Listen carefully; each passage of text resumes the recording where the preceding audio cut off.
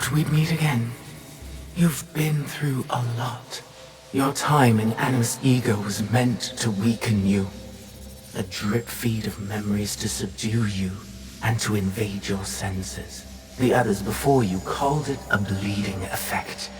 And when it has hollowed you out from within, she will claim you. But you're learning how to counteract it. You see the faint glimmers on the darkened path before you. Nawe and Yasuke are long gone from this world. But in these memories, their will to fight burns as a flame. I must go. Find me again.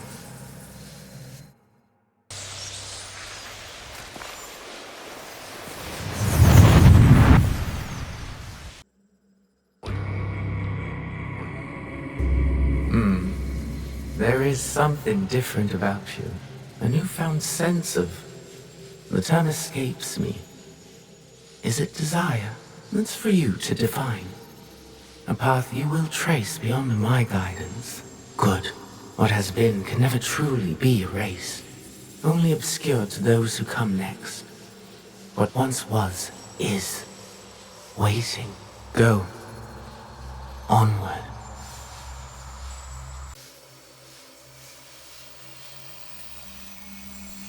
When I was initiated into the Brotherhood, I swore, among many things, to stay my blade from innocent flesh. As I uttered my oath, I nearly choked on emotion. I felt it sing in my soul. A cruel twist of fate, perhaps, that this oath would turn out to be my undoing.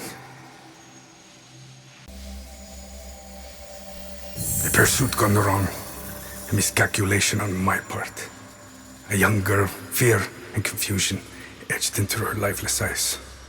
My hidden blade, bright and sticky, with the waxy sheen of her blood. To this day, I do not know her name. It's likely for the best. One thing to have nightmares, another thing to know them on a first-name basis. A nightmare that has pursued me since my excommunication from the Brotherhood. From Spain to far-flung ports, Malacca, Formosa. That song I once felt, that once stirred my heart. Silent. And then Macau, where I was shaken. Briefly from my drunken haze. A discussion between two men, Templars. Talking in the open, boldly and unquestioned. I listened intently as they spoke of an expedition in the chain of islands they called Japan. They departed, and I followed. In the year of 1549, I landed at Nagasaki. The arrival of Francisco Javier's delegation provided ample cover and access. I absorbed as much as I could, testing the instinct I was certain had faded since I violated the Brotherhood's 3 tenets. Since I stumbled from the path, I had covered it for so long. I was wrong. My instinct simply hibernated, waiting for a new war. And in the land of Japan, I had found it. Or, it found me. Couldn't fight it alone. I would need allies, soldiers. Progress is slow, but promising. And she is promising as well. A Japanese girl that I saved. Her arm has shriveled from starvation. I wonder how her wrist can bear the weight of a hidden blade. But I recognize the look in her eyes. She's determined to learn. Has the potential to become lethal. To open her heart to the music that once guided me. A tune I had not expected to hear again. Before my day of atonement comes, I am content to do what I have always done. Kill in the name of freedom. To prove my faith in the name of a brotherhood that will not have me. And the new one I will build. The nightmare, it will subside.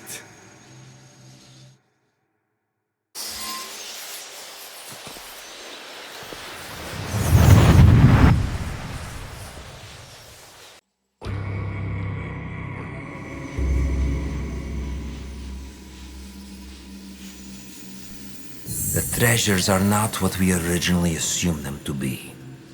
not artifacts as we might define them. Something else, maybe. Sanctum's going to love this.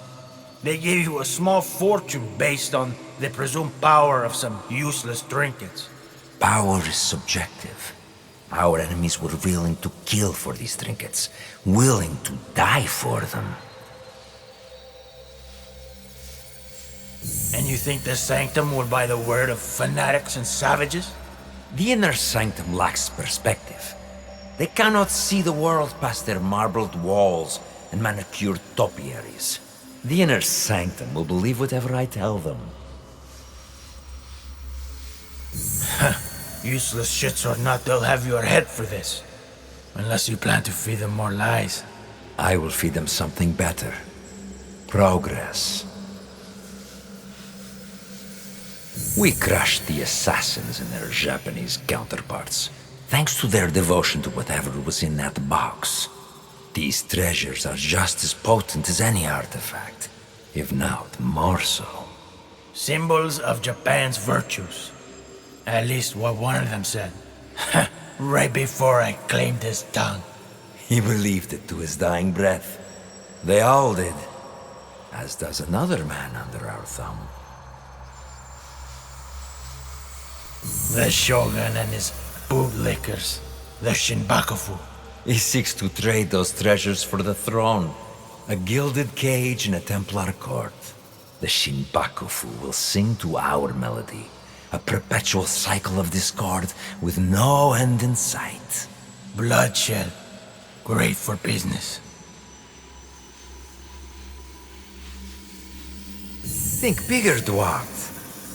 Our commerce here in Japan is simply meant to oil the workings of a greater system. One we control. War, unrest, hunger. All functional institutions in their own right. All part of the same system. And it runs like a work of art. And what of Oda Nobunaga? A stubborn son of a bitch, that one. No, not stubbornness.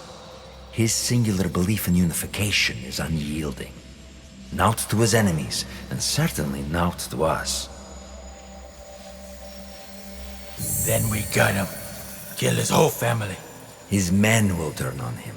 One is already thinking it. All he requires is a simple nudge. Why don't we kill the bastard ourselves? I have yet to claim the tongue of a daimyo. It is how we have always done things. A pinch here, pressed there. The occasional promise written in honey and gold. The desire to shape one's own destiny is irresistible. If only they could. A good speech, senor. Then I suppose the inner sanctum will be pleased with our progress.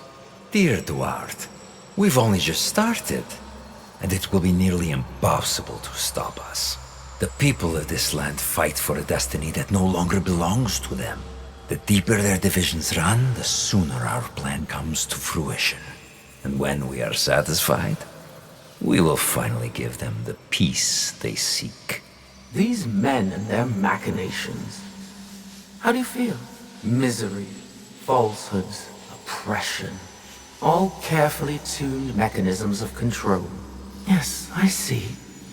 Events that transpired centuries before your time. And yet, you feel the connection. You can identify the shape of your enemy.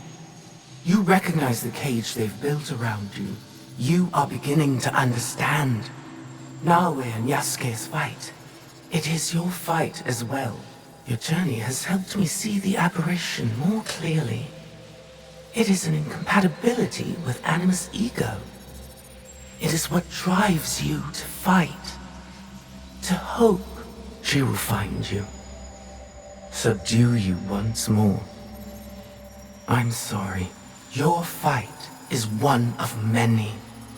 You may meet an impasse, taste defeat, but you will not fail. What has come before, what has been, you understand now.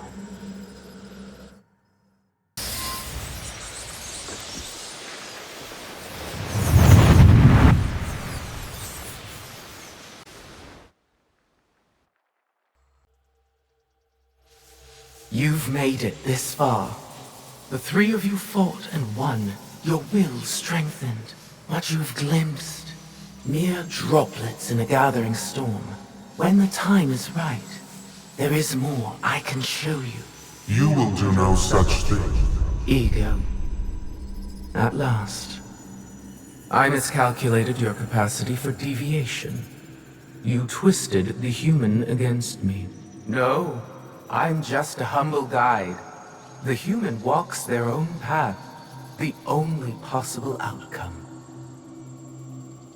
You are referring to free will, an aberration within an already imperfect sum of components. An aberration, yes.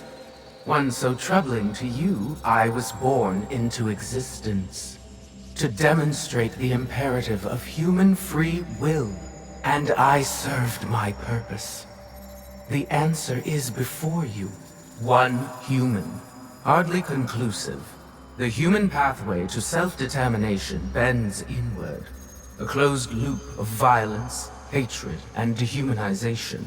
If the very singularity that defines humanity also portends its extinction, then the first rule decrees they will be protected from themselves. I've seen them unite, build communities, nurture one another, sacrifice, rebuild. On what axis do you measure their downfall? This is who they are, Ego. They will reject your programming, your smoke and mirrors. They will reject you. And you will risk everything. The human cannot be allowed to continue. You're afraid, aren't you? You were right to have your doubts. Enough. I order you to bring them to me. And I've been trying to tell you. It's out of our hands now. What happens to the human next is not for us to decide. It never was.